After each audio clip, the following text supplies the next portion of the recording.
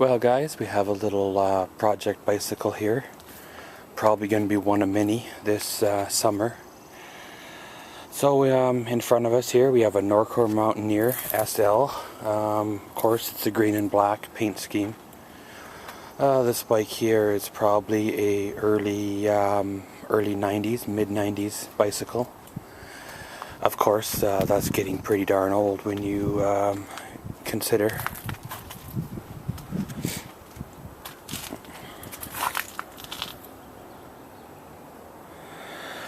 Now this bike here was one of the bicycles that I personally by hand built up probably in the late 90s to early 2000s.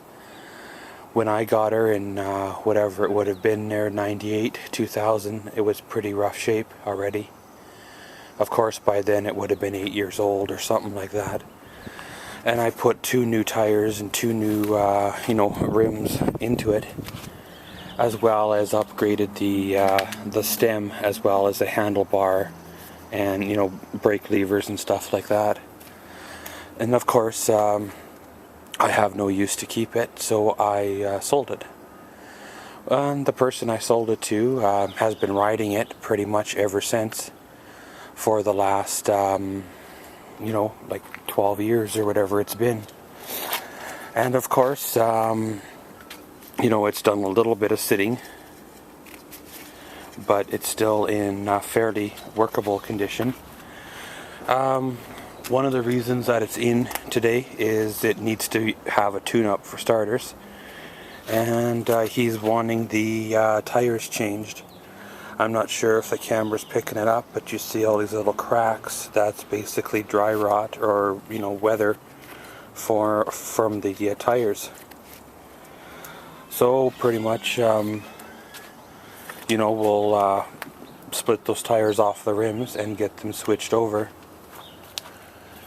And of course, when you go to look at the front tire, it's not, much better as well. So, we'll be putting 2 new tires into it and kind of giving it a bit of a once-over to make sure everything's still okay. And when you're first assessing a bike for repair, you want to go through it, testing out the brake cables, make sure they're not seized, both front and rear. You want to make sure the derailleur cables aren't seized, run it through the gears, make sure all that is still in functional condition, as well as, checking the bearings, checking for anything loose, if there's any stress cracks, like, fatigue cracks or anything in the frame.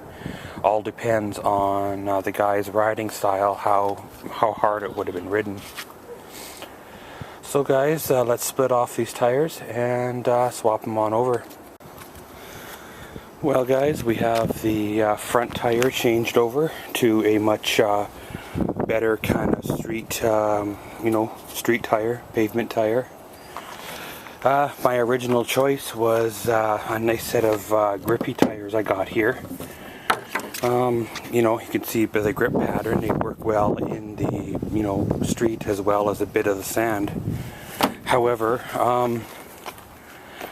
of course, being the age of the bike, it wasn't really meant for wide tires. So it was rubbing in here. So you have to be aware when you're switching out tires, buying new tires for, things like that. You have to be aware that sometimes the tires you buy will not work on your vehicle or your bicycle. Same within here. You have to watch if you're running a wide tire. If your rim is at all untrue, it'll rub in here almost a shoe-in. Because these bicycles here were never meant to have big wide tires, just because of the sheer age of them. But yeah guys, we have the front tire changed over here. I'm just loosened the bolts on the back tire, and there she goes. She's pretty much ready to, as you've seen there, fall out and be changed. And then we'll stick her back in here, wipe everything down, and then give it a bit of a once over for on the tune-up side. Well guys, I got the tire off this back rim. Upon further inspection, not sure if the camera's picking her up, but you see all this grease build up. Grease and grime. Some of that's from years of spraying it down with WD-40 or some kind of penetrating fluid that actually attracts dirt and grime to it. Now, hey, it works okay, it does do a job, but what I find over the years, as you see here, you get a buildup of it which actually can affect the shifting of the bicycle and can cause issues later on in life. As well as when it attracts dirt, the dirt makes it wear, and when the teeth start to wear, as you see here, we got one that's a little bit low to begin with. We got a few around here. You start to see wear patterns on them. Well, being the age of the bike and stuff like that, that's, I guess, acceptable. But if this was a newer bike, then yeah, we'll be replacing parts. But on this one here, I'm just going to give her the cassette here a cleanup, just to make sure that it's not damaged at all. And if she looks okay, then we'll start putting the tire on it. Well guys, I sprayed down the cassette here with, actually I used brake cleaner, and then I gave her a good old scrub, and then I used some degreaser as well, and I got probably a good 90% of what that was off, so hey, you know, that's a bonus by far. Just in the process here of putting the tire back onto the rim, just going around and working the, you know, the tire back onto the rim.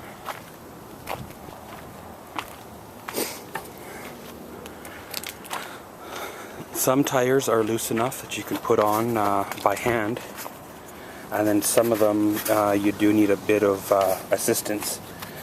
Now some people can use screwdrivers and they get lucky, right? Now what I find is anytime I've ever used a screwdriver, I end up puncturing the tube, which kind of defeats the purpose, right? So I've gone and bought one of these. They're just a tire change tool for like bicycles and stuff, and it works great. So pretty much you make your way around the rim, you know, inserting the lip of the tire into the lip of the rim, and after it drops down you go around again and pretty much repeat the process, getting the second lip of the tire into the lip of the rim as well.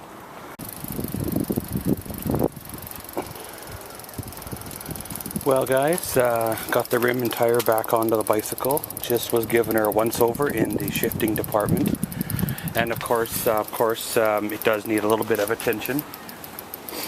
So what I like to start to do is, as you see here, she's not going into the top cog or gear on the back, which most of the time that means the cable has stretched or it's out of adjustment. So take your shift lever up here, whatever it may be, whether it's a grip shift or a lever, and flip it all away so it'll drop down into these gears here.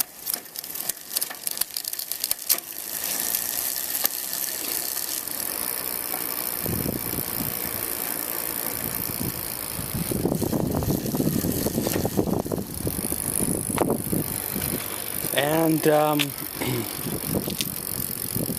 if it won't drop into those gears there, then there's a couple of adjustment screws that need to be dealt with too. So guys, I'm going to continue playing here and I'll check back in after. Well guys, there you go. I got the tires changed over, got you know, tubes that hold air. I've given her a bit of a tune-up on it, be good enough for another couple of years. It does need some serious component upgrades. One being the, you know, shift levers. They were good enough for the time, but they do need something done with them now. And of course, you got the old cross-top cantilever brakes. Again, they were good for the time, but they're outdated now. But guys, as per the customer's request, he wanted a set of fenders, little plastic fenders installed on as well. And of course, me being me, I've got a set kicking around, so I'm going to install them on it just to complete the work order, and we'll have to go from there. But yeah, pretty much the plastic fenders, they only attach in one point, and that's up here for the front one, and then back here for the back one, as well as the back one clips down onto the frame rail. Now, I've ran into it on a couple other bikes where there is an interference issue between the clippy thingy here and the shifter cable, so I may have to modify these ones to fit. So guys, of course, let's get at her. Well guys, I got the tires all changed over, got the fenders all installed, as you can see here. Gave the bike a bit of a once over to make sure everything's all squared away, good for another 12 years. But, you know, just going to give a once over on the bike to make sure everything's tight and she's good to go again. But yeah guys, that's pretty much it for the, you know, tire changeover and tune-up on a Norco Mountaineer SL. Probably good mid-90s vintage. Early to mid-90s anyway. So as always, thanks for watching Maxwell's World. Comment, subscribe, and enjoy.